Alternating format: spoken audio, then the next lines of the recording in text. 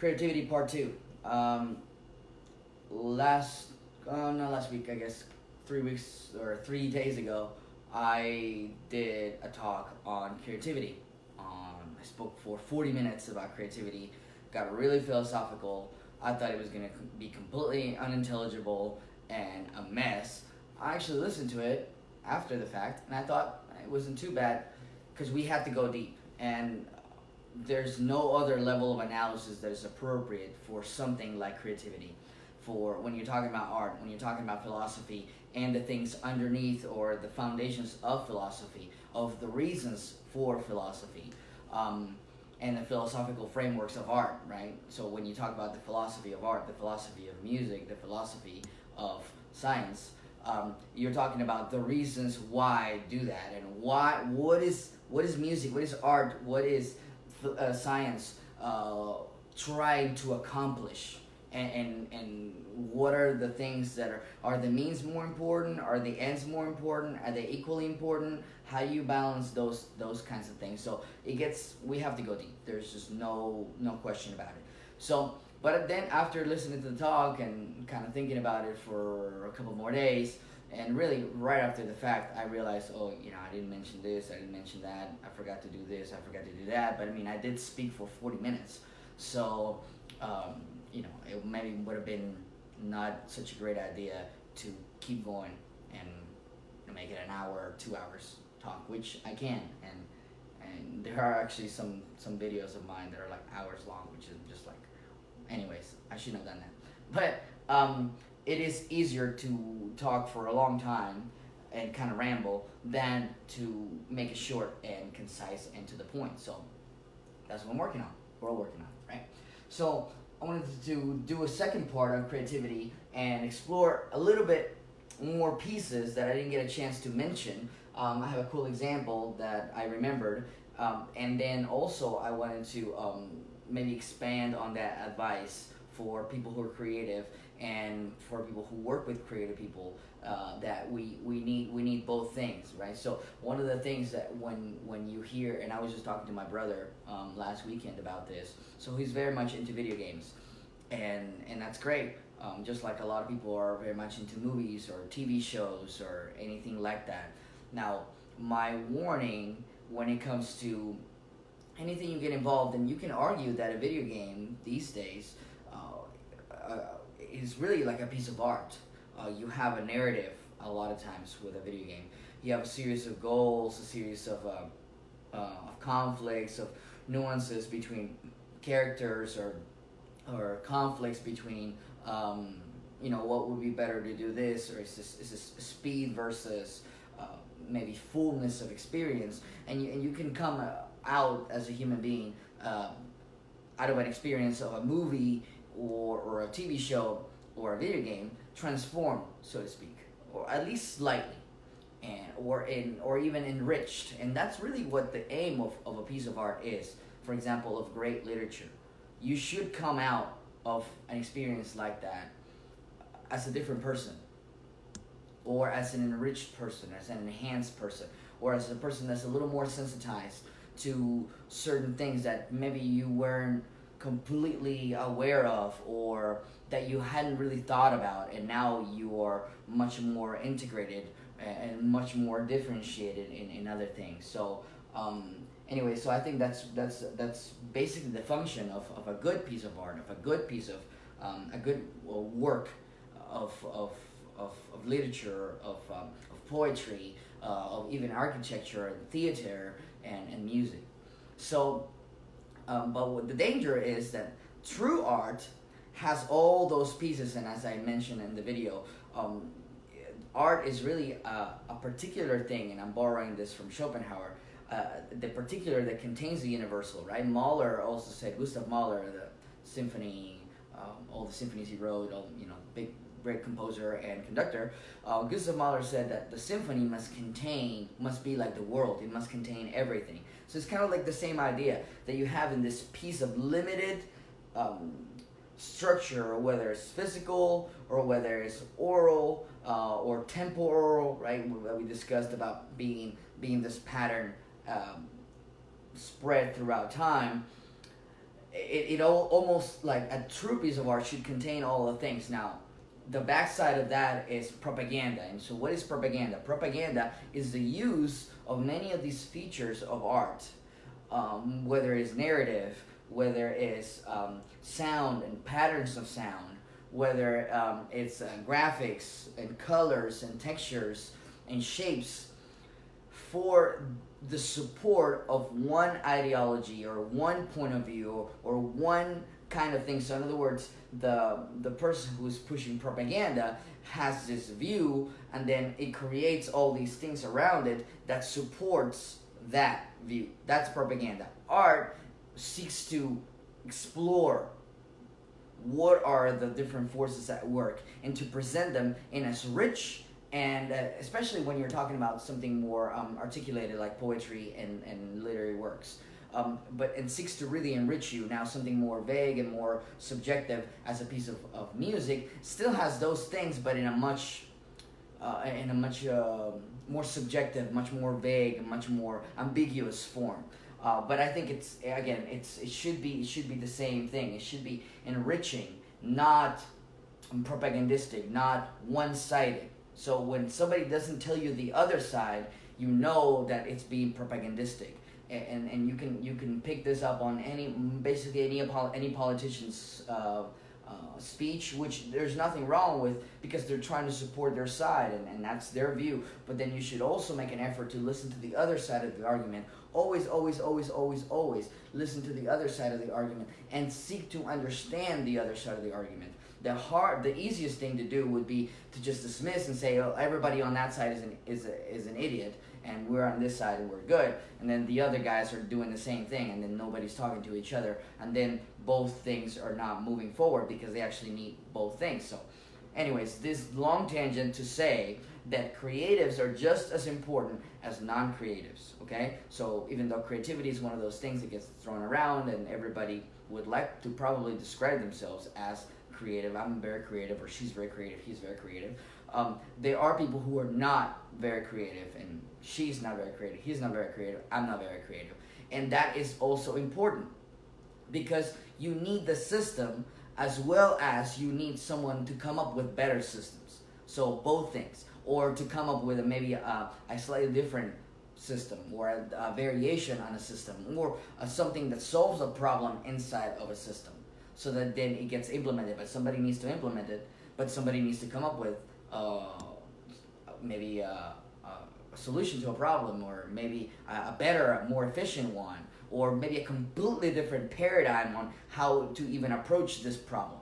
And that happens every once in a while. So this is very important to understand that there are both sides, and both sides are okay. There's nothing wrong with them.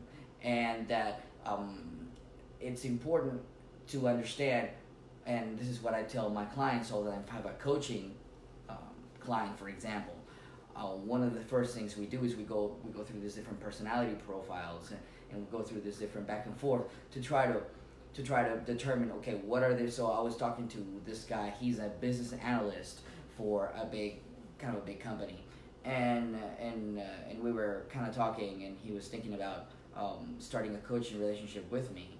And so one of the things that I said, we started talking about him having different options for something else he wants to do, because he has a good job, but he thinks that job could be in jeopardy maybe in the next year, the next 2 years, or something like that. So my thinking was, okay, well, then you need to start having options right now, because the best way to get a job and the best time to get another job is when you already have a job. You don't want to be unemployed for any period of time, because that could create a downward spiral where people are wondering, well, why are you unemployed? Why don't you have any options? You should have options, right?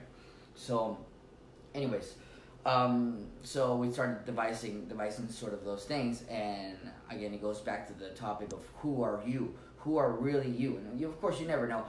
There was this girl that put this post that I thought was funny. She said, don't think because you know my name, you know who I am.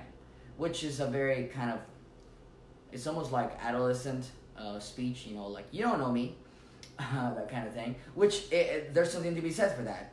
People are not really going to know you. But by the same token, you many times don't know yourself either. And a lot of times, people in the outside can see you a lot more objectively than you can see yourself. So who knows you better?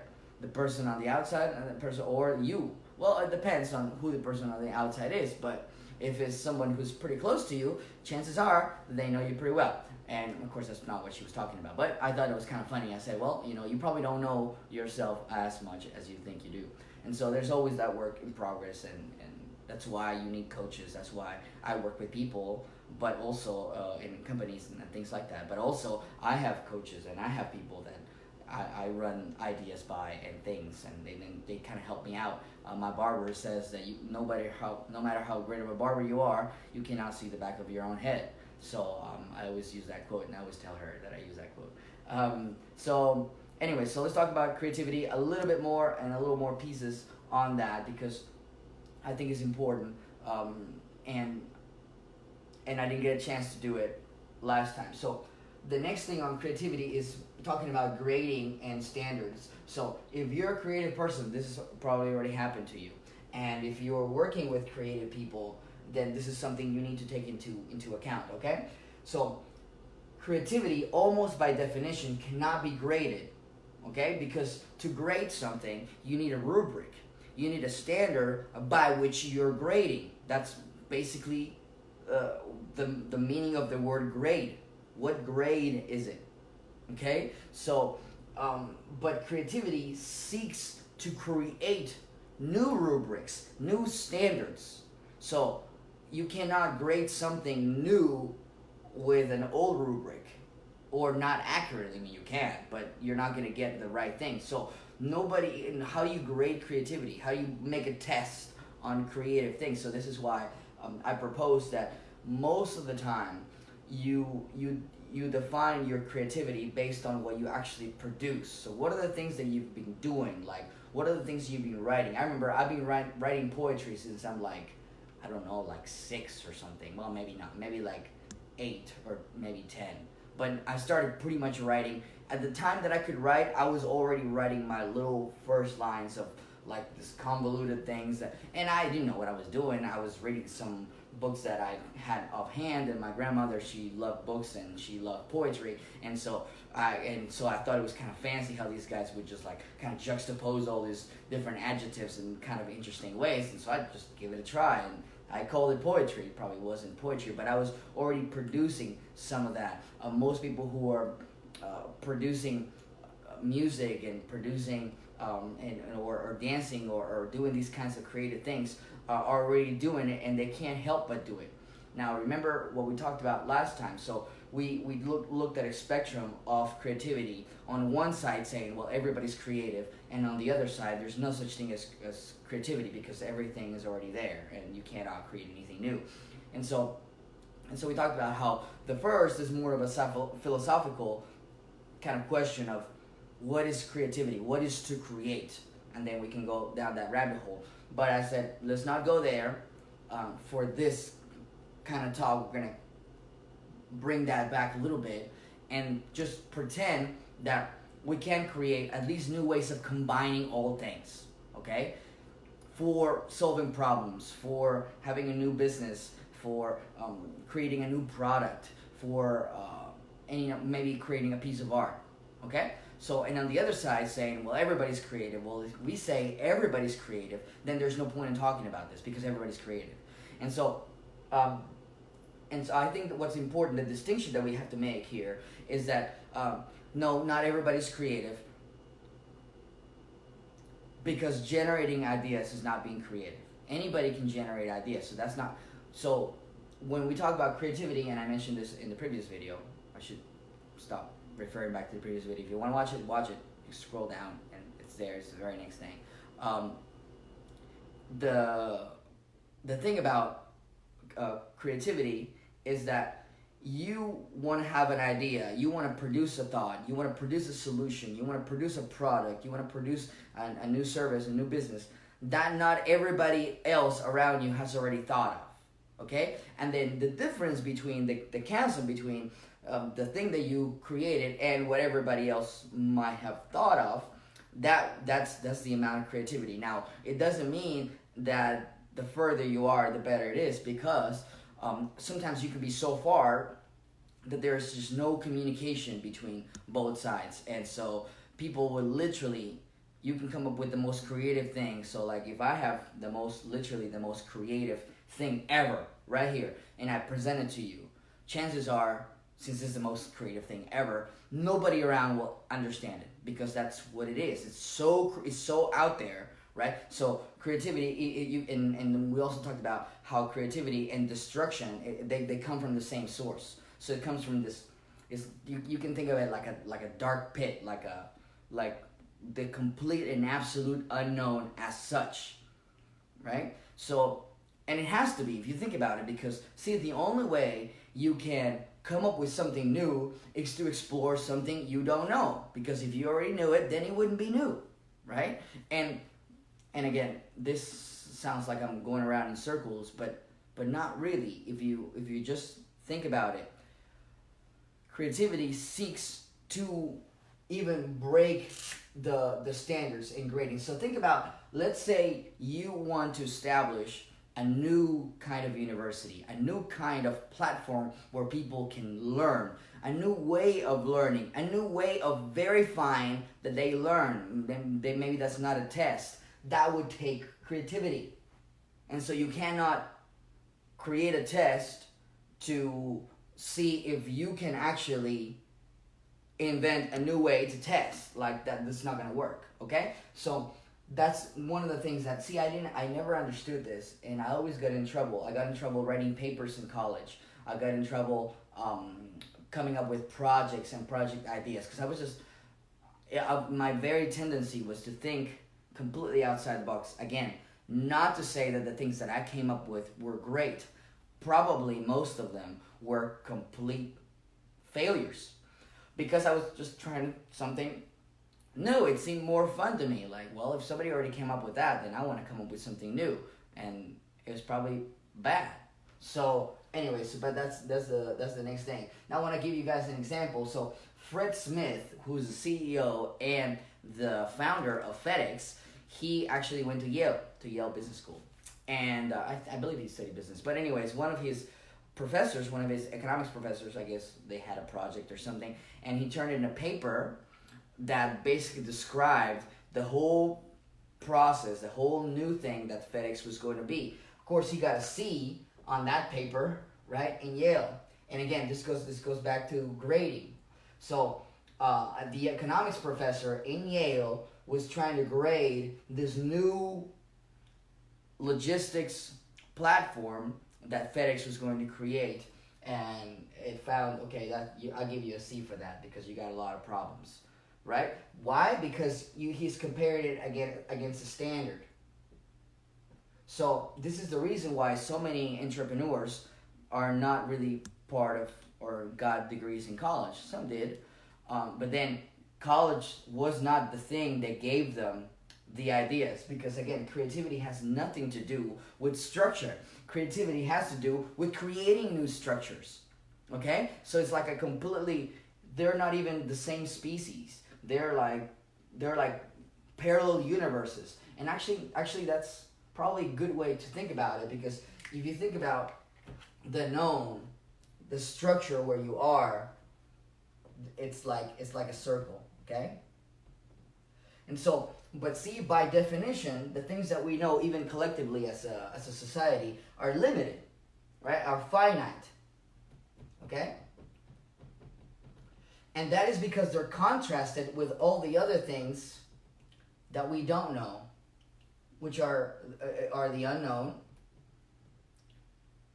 which are infinite, okay? Now, what's interesting about this is that this, in the outside of what we know, what we're familiar, maybe this is the city, maybe this is our house, maybe this is our concept of truth, or maybe even not that much. Maybe even this could be as simple as our concept of how do you cook a steak. Okay, I was just cooking. That's why I'm thinking about that. So it can be as simple as that, right? And for me to find a new way to cook a steak, I have to venture out into this place. Maybe I'm just at the edge, and I'm just kind of hanging out there. Right now, I could really go outside. Okay. Now, the problem about this is that this is also where things die. This is also where the most terrible things happen. Okay. Because again, by definition, what we know is the finite is what we have encapsulated in maybe in ourselves, in our family, in our culture, but everything else is everything else. And so this is why I think it's so important to sort of explore these kinds of things and to think. And I always hear people, and I've mentioned this before in some of my videos, when people say, "Well, I can't imagine such and such person doing such and such thing." And every time I hear that, and I don't want to get like dark on here, but really, every time I hear that, I think it's naive. Like, you can't imagine? Well, maybe you need to use your imagination a little more, because there are many ways in which people go to very dark places, or even do silly things. Right? It doesn't have to be dark and evil, but all that also exists in the unknown. Right? This is why you have this impenetrable jungle, and you don't have like a yearning to just kind of like wander in there, right? There's mosquitoes and malaria and all kinds of parasites and wild beasts and all kinds of stuff. And there's also some beautiful things too. But by definition, it's like everything else is an infinite amount of things that you don't know. Okay, well, here's my hut and here's my house, my village, and so this is the good part. But if we don't go out there, maybe we hunt out there. Maybe we need to gather and maybe find other tribes to trade with that have other things that have solved problems to solutions that we don't have in the present. So, anyways, I just thought that was kind of interesting that he got a C on the paper for the FedEx concept. So not to say that the professor wasn't grading a Faraday, he probably was. But again, how do you grade something that's new? You can't. Okay, so that's the first point. So the purpose of art, that was the second point that I wanted to talk about. And this basically came out of a post that I was looking at about this new system that Yamaha came up with, which is like they basically put the sensors on this person's body, and he's activating sounds on a piano using his movement. So the post just said, this guy is playing the piano by just moving around. And then people, all kinds of slew of comments saying, well, that's not music, that's not playing the piano, that's noise, all the regular stuff. And so I started thinking, okay, well, yeah, it's not unusual for people to be shocked by new things. Why? Because it's the outside, right? If you're sitting here, right in the inside, just hanging out, and I go out there and I take a picture really deep dark in there and I show it to you, chances are you're gonna be shocked, okay? And I can't remember the woman who wrote this book, but she wrote a book on the stages of death. If you look it up on Google, I'm sure you find the first stage of death, or the first stage of you assimilating maybe your own death or maybe the death of somebody else. It's denial, right? That's the first thing. You deny it, like, no, this is not going to happen. This is just not going to happen, right? And so you basically, in all these comments, you see all the different stages of people, right? Oh, this is music, or this is just noise. And then maybe anger is maybe another stage, right? And then bargaining, where they were like, well, maybe if they did this, or maybe if they did that, it could be better, right? And then, anyways, and I don't. The last two, just to complete your thing here, is I think the next one is remorse, and then the last one I think is just acceptance. You go, okay, I get it. So, but anyway, because. And the reason that I'm bringing up death, I don't want to be like dark and stuff like that, but I am a dark person, so be careful. I think the important thing is that your thoughts, the things that you have, that you think about, that you understand, when they get updated, when you find information, when you find something, or when they don't work, that happens too. They have to die a little bit, or sometimes a lot of it. And if something really doesn't work, right? If somebody that you live with, that you love, or something, you find out that they've had 4 affairs in the last 3 years, then, something's gonna break, like, big time. And it could be just you. and you can break completely and just completely dissolve and die. Really, this is no joke. Or it could be something as simple as maybe I see a new recipe about how to cook a steak, and I realize that everything I did about cooking the steak was wrong, and I can, kind of feel a little embarrassed and kind of go, oh, maybe I shouldn't have done that, but well, let me try this new way, and then it turns out to be much better, and then I'm okay. I just kind of updated just minorly in my life. Okay, so, but one of the things that struck me that was interesting was the fact that people were complaining what art was and what art wasn't, and what music wasn't, and what all the this is noise. So, and I understand that. I understand when people say, well, I don't like that. I think that's a more fair statement to say I don't like this. That's okay. But to say, well, so like if you think I don't like this type of food, okay, fair enough. You don't have to eat it, right? But if you say that is not food, I think that's a completely different statement altogether, right? And that's basically the denial stage, right? No, I don't believe that.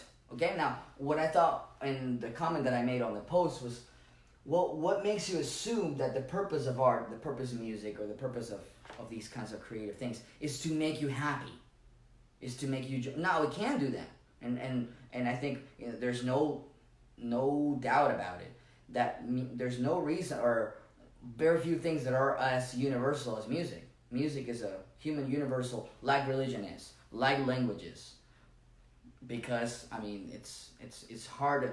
I've never met a person. Now, I'm not saying that maybe there aren't any. I've met everyone that's ever lived, so that's why I'm not saying there's none. But I have never personally met anyone who says, I don't like music at all. They like something. Maybe they don't like it very much, but they like some things. They listen to some things sometimes. And there are people who really like a particular kind of music, or man, they just it's really interesting to see, super nihilistic people, just like, or depressed, dark, negative people, or the most atheist, just completely rational, one of those rational worshipers, but they find these types of experiences, musical experiences, deeply, deeply meaningful, almost in a quasi-religious way, but don't tell them I said that. So yeah, art can do that, music can do that, and I'm biased towards music, of course, but it is not the purpose of, okay?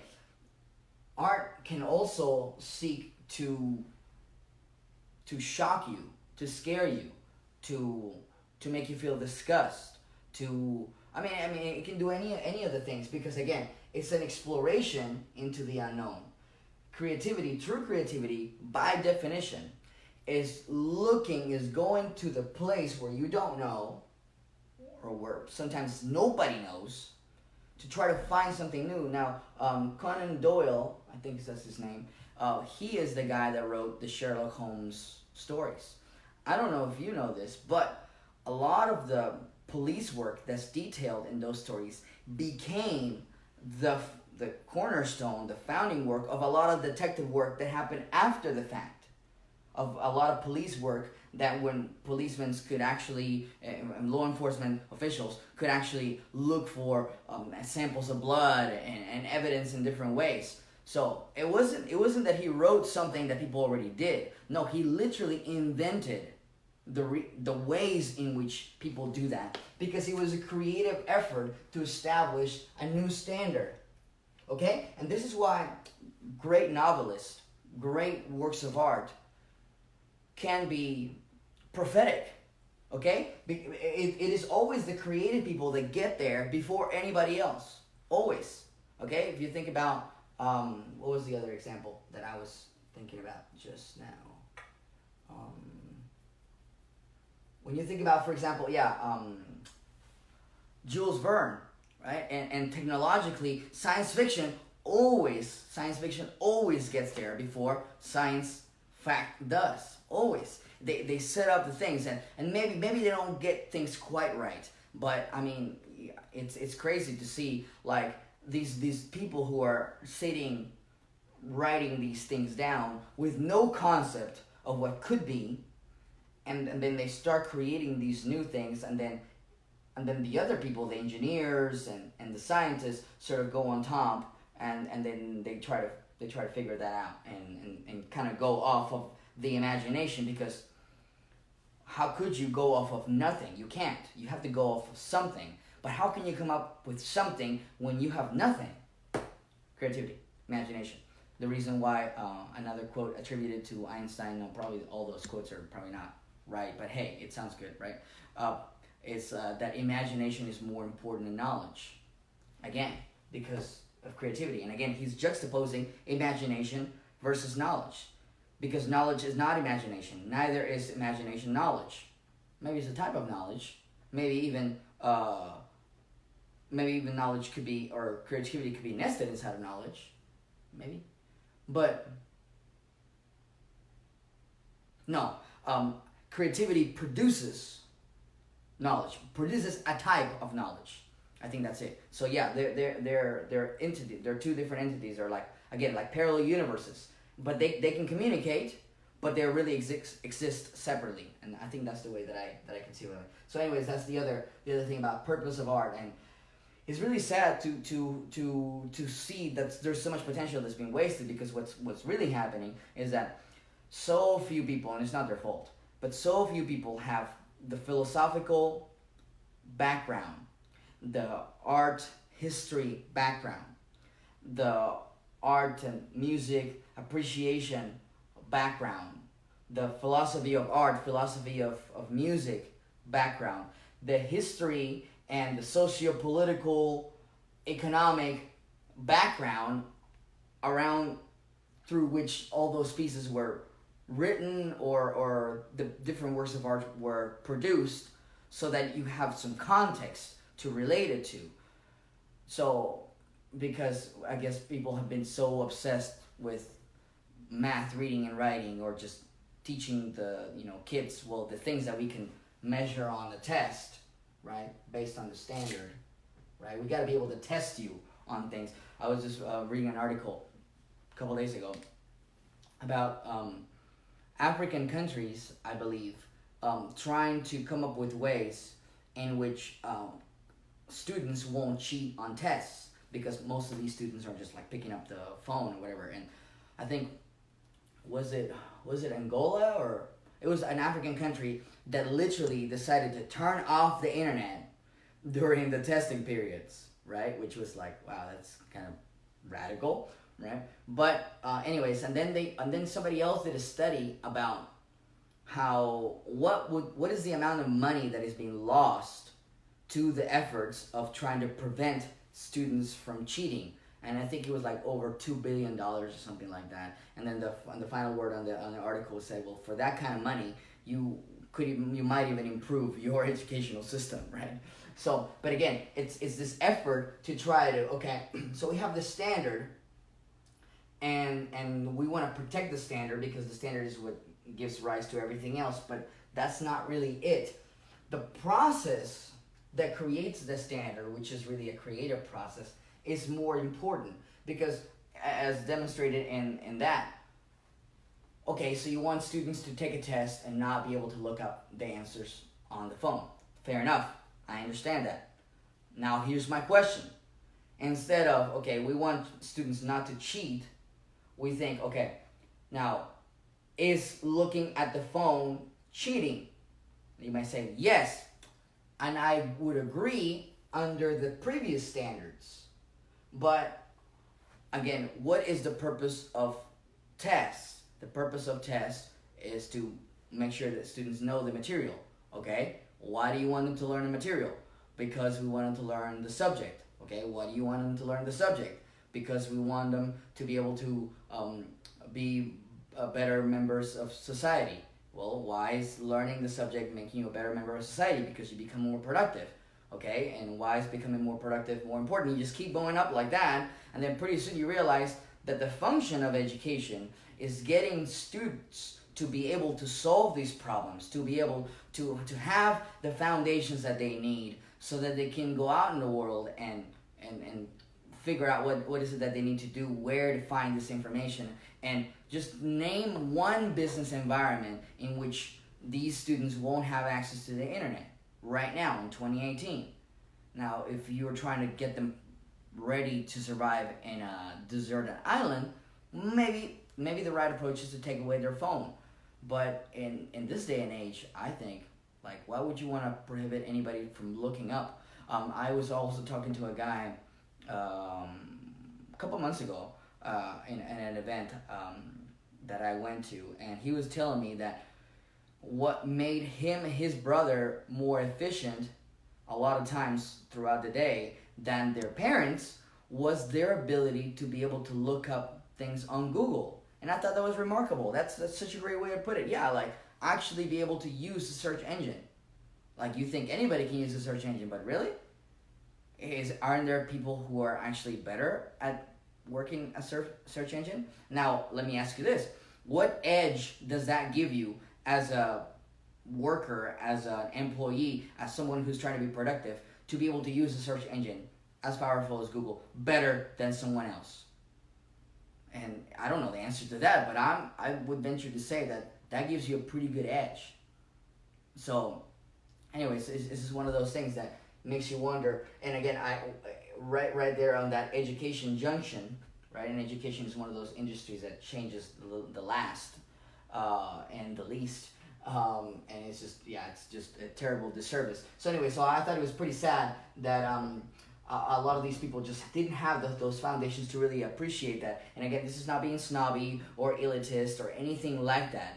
It just that if you show calculus to someone, they can say, well, that's just gibberish. It doesn't mean anything. Well, you just don't have the foundations to appreciate that. But it's not gibberish. It's calculus. But you need all these work be underneath it to even be able to approach that, to even be able to say, oh, okay, I think I get it, and it's actually wrong, and I can actually change something about this. Or, oh, wow, I never thought that anybody could really understand that. So, anyways, it's just one of those things that is kind of sad. So, let me finish off by giving a little more tips for creatives and a little more tips for people that work with creatives. So let me just check here because we have some stuff.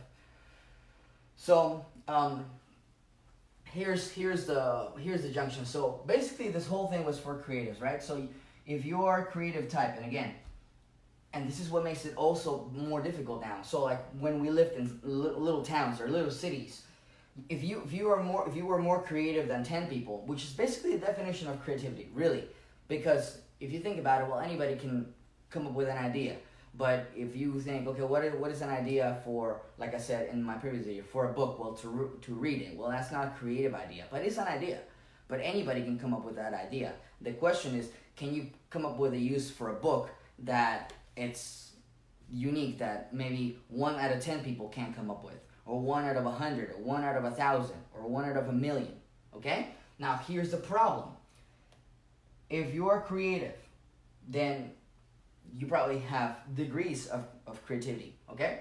So the first thing, and what makes this harder in this day and age, is because when we lived in small towns, or at least in towns that were not as big, or even when there were big towns, but not everybody was connected to the internet, which just makes this like, and what I call in my book, which I will get around to publishing. I'm sorry, I've been busy with other stuff, and I just have a few more things to write and then stuff to organize. But the concept there is the global small town. So it's like we're all the small town, but it's obviously not a small town because we have 7.5 billion people. So, but anyway, so when we had in the small communities, if you were as creative as 1 in 10 people, then you could be pretty creative. You can be pretty remarkable. You can have your own little group of people who thought, oh, this guy's really good, or this girl, you can really come up with some good ideas. Okay. Now, if you're if you were 1 in 100, now you were really something. And if you were 1 in 1,000, wow, like that was like really remarkable. You're a really remarkable individual right around that breakthrough. Now, sadly, nowadays, if let's say you live in New York and you are 1 in 1,000,000 in creativity, right? So in other words, a particular idea that you have, only 1 person in 1,000,000 will have that idea, and that it would actually be useful, and that it won't be so creative that it can't be understood, so it has to have a threshold. Also, you need to be able to market that idea. You need to be able to figure out which are the people you need to convince to give it a try, to all these kinds of things. I mean, it's a very complicated thing. So if you, let's say you're around New York and you're 1 in a million, you think, wow, that would be like genius level remarkable. Well, actually, there's 20 of you in New York, right? So you can actually get together in a room and not feel like you're that great of a guy because you're around 19 other people who seem to be just as creative as you. And when everybody's connected to the internet, you have to go from 1 in a million plus, and even then, you know, there may be, I don't know, 7,000 of you in the world. So that's like, wow, that's a big deal. That's a huge change in everything, in our very concept of what it takes to be a human being. So no matter how remarkable you are, you're only like a few clicks away from someone who's like even 10 times more remarkable than you are, and that could be heartbreaking. So you need to know that, and you need to realize, okay, well, in my grade in creativity, what is that? And again, what I would revert back is, well, what are you actually producing? What are the actual creative things you're producing? How, you know, do you write poetry? Do you draw? Do you paint? Do you act? Do you create new shapes? Maybe you are an inventor. You know, how many inventions have you made? And then each of those has a grade. Well, you know, have you written poetry that's been nationally published and you know, New York Times bestseller? Well, no, then, you know, that's a little below. And again, this is an imperfect way of grading. This is what we're trying to do, but this is just to give you a ballpark, okay? Into no. And so, like, I had a friend who was and who is a fantastic pianist, very good friend of mine, and back in the day, and I think eventually he understood what I was trying to say, and I said, look, you know, you're my friend, and I don't have very many friends. I don't get close to people like that. I have a lot of acquaintances, but my friends, you know, maybe I can probably count them and with the fingers in one hand and have fingers to spare. So I'm very selective on that. So I said, look, but if I don't tell you this, then probably nobody will. So I'll tell you. You are competing against the likes of Lang Lang, Martha Argerich, Lisa, what is her name? Lisicta. You know, all these great pianists out there, not only the ones that exist right now, but the ones that have existed, right? Vladimir Horowitz, Rubinstein, all these guys. And so, like, if you're going to go and just approach the classical repertoire, and you're going to be another classical pianist, which is not a bad thing at all. I mean, my God, it's a great thing. But you're competing against a lot of really, really, really, really top guys that had maybe economic advantages over you. They had advantages of environment. They were around other people that were just maybe at the same level for years and years. You cannot just conjure up this. And so, you know, when people say to you, well, you can be anything you put your mind to. Well, that sounds nice, but it's actually not true. And it is not. And again, I don't mean to be pessimistic. A lot of people say that I'm pessimistic, but if you are quadriplegic, you're not going to be a ballet dancer. And that's just the fact of life. Now, it doesn't mean that if you're quadriplegic, you cannot have anything to do with ballet. That's not what I'm saying. You can be creative, right? Especially if you're in those kinds of domains, and come up with a new way, right? If you're quadriplegic and you really like ballet or you really like basketball, I say, for example, you can find a way to buy a basketball team. You know, and in many ways, you can be even more important to basketball than if you just played the game. Really, again, being creative, just trying to look at it in different ways. So my advice for creatives is try to gauge where you are at, be realistic about your expectations, and use your creativity. Use it sparingly, okay? And but again, especially if you have a job that won't really let you, which most jobs won't really let you. Be creative, really express your creativity, then this becomes really tricky. This is when you really need an outlet for your creativity. Because you won't be able to shut this off, especially if you're, you know, higher up in the distribution here, somewhere around here and above. you're probably like really producing some stuff, and you really can't help it. But maybe let me take that back. Maybe it doesn't matter your degree of creativity, because maybe your degree of creativity is determined by different factors, and your desire of creativity is something different. So yeah, I think that's right, but I could be wrong. But I think so. Yeah, you have to determine that, and you probably already know this. I don't need to tell you that if this creative kinds of things are like a yearning and like this fire inside, you cannot just you can't just contain it, you can't just kill it, you can't just tell it no, maybe next month, like this is just gonna happen in your life, maybe, and you'll you probably express this in a variety of ways, in as simple as how you organize your room, how you come up with maybe little graphics, little setup, just tiny little things that sometimes in jobs that are like really stale, your creativity is trying to burst, like trying to do something, like let's do something, right? So you probably already know that. So if you're not given the opportunity to use this to the full, to really express this creative desire, then I would definitely suggest an outlet. I think I suggest an outlet for it regardless. And even if you're not as creative as you maybe think, but you're kind of interested, like you always wanted to get like a canvas and like oils and just kind of play around with it. That's the fire, man. That's it. It's like, and if you guys have not watched that documentary of Jim Carrey, that how basically he became this painter guy. And again, he's an actor, so he has a big creativity fountain, but it needed to be expressed in this way, because maybe acting was too constrained, which it can be. I mean, in an acting, for example, if you're in a movies, it's different than if you're in theater or improv comedy, completely different, right? You have very hard constraints, like, okay, the director says cut, and you cut, you can't just keep going. That's a constraint. Now, I'm not saying constraints are bad in art. As a matter of fact, constraints are good in art, because you have to fight that. You have to, and actually, I think that gives creativity even more juice, to have constraints. So when I write music, I have to have constraints, and I learned this is all from my education as a composer, which actually turned out to be the best education that I could have ever gotten. And I have to define, okay, these are the things that I will do. Now, it doesn't mean that I can't change it. You can always change it. But if you say, well, you can do anything you want, okay, what does that mean? Like, what am I supposed to do with that? Right? You can't. You don't drop someone in the middle of the Pacific and go, okay, swim in any direction. Like, no, they're going to die, right? That's you need some constraints, because constraints are helpful. And how about this constraint? You have to sleep for 8 hours a day. It is a constraint in life.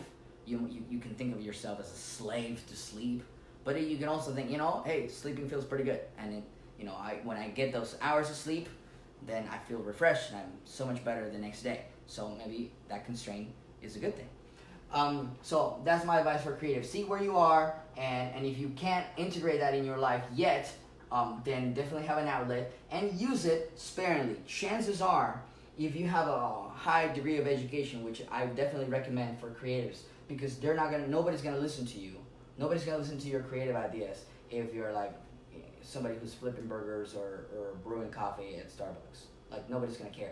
Even if your ideas are great, okay? Because there's no way of grading them. Most of them fail. And who are you? Literally.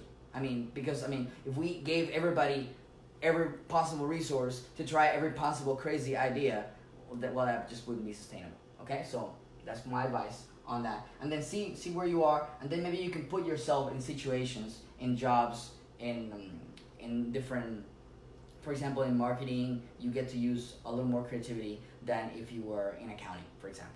Okay, so if you're an accountant and you're a creative accountant, and there are some creative accountants, and there are actually ways to make that work. My good friend Shannon, she's an amazing accountant, but like that's like not even the way to describe her at all. Like accounting is like almost the least of the things that she does. It's like so basically she created a whole business of like, how can I come up with tax strategies for different types of people, and she charges a whole buttload of money for every little thing that she does because she's the bomb. So again, that's how you can integrate that. But she had to go through this whole process of becoming an accountant, which probably wasn't easy for someone who's like, you know, kind of out of the box like she is, and she's completely out of the box.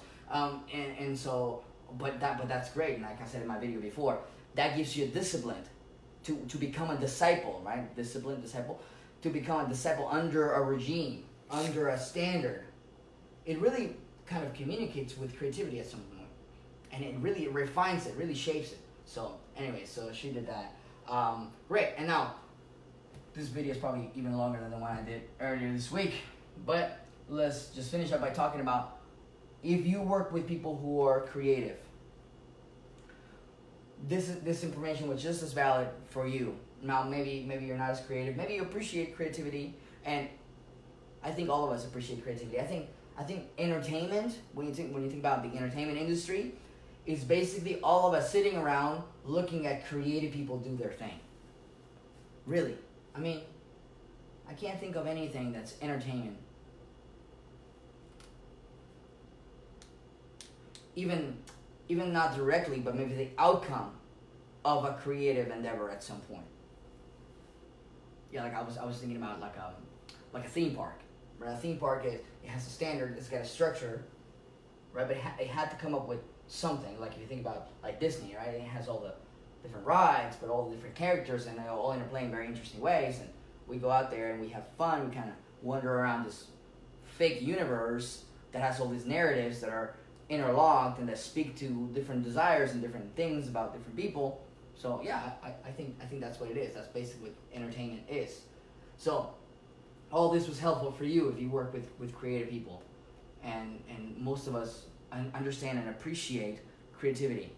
This is why we go to shows. This is why we watch movies, because we want to be told these stories, even if it's the same old story. As a matter of fact, there are only a limited amount of stories that you can actually understand.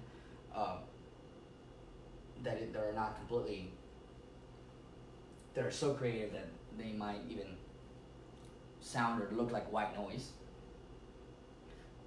And we want to be told the same stories with different characters, with a little different spin, a little just different take on that, a little creative, maybe in a different planet, maybe with blue guys instead of, here on Earth. Or I was thinking Avatar versus Braveheart, right, which is basically the same movie, but because it's basically the same movie as many movies, because it's basically the same story as many stories.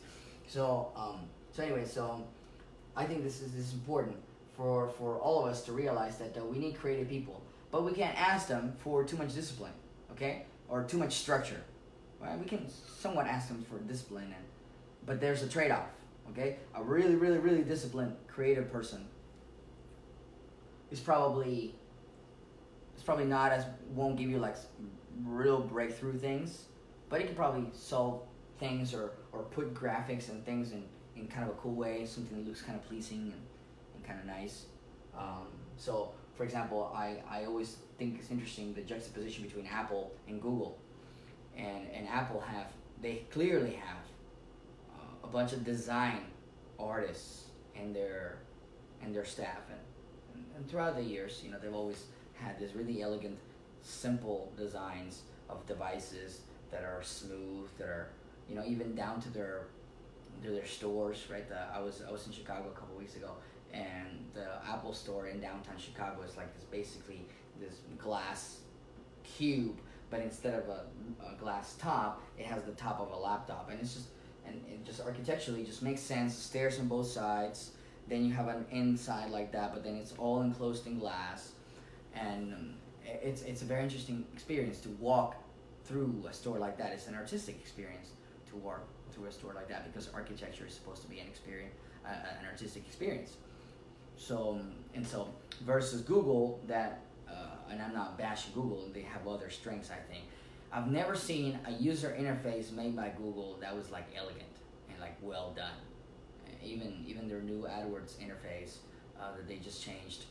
It's better than user interface wise, look wise, feel wise, speed wise, simplicity wise, but it's still far away. So I always thought, it's very interesting to see those contrasts of a complete or more engineer based culture with a culture that has so much artistry, be on top and integrated to all those to all those engineers and all the technical part of it, which I think that's what made Steve Jobs really remarkable, for him to be able to communicate in all these parallel universes between art and science, engineering, and put it into a product.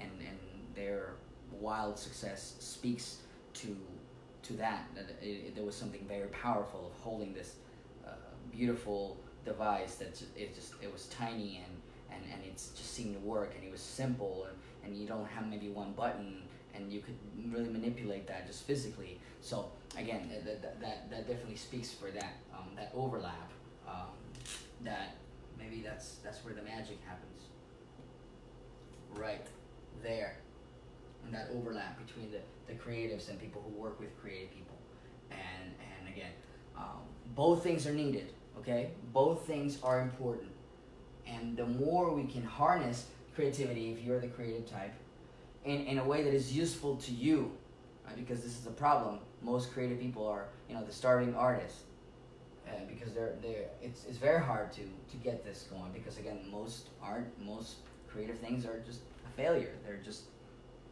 They're an attempt at something, not an accomplishment per se. But we need to attempt new things, because things are always changing, and what solved the problem yesterday might not solve one today.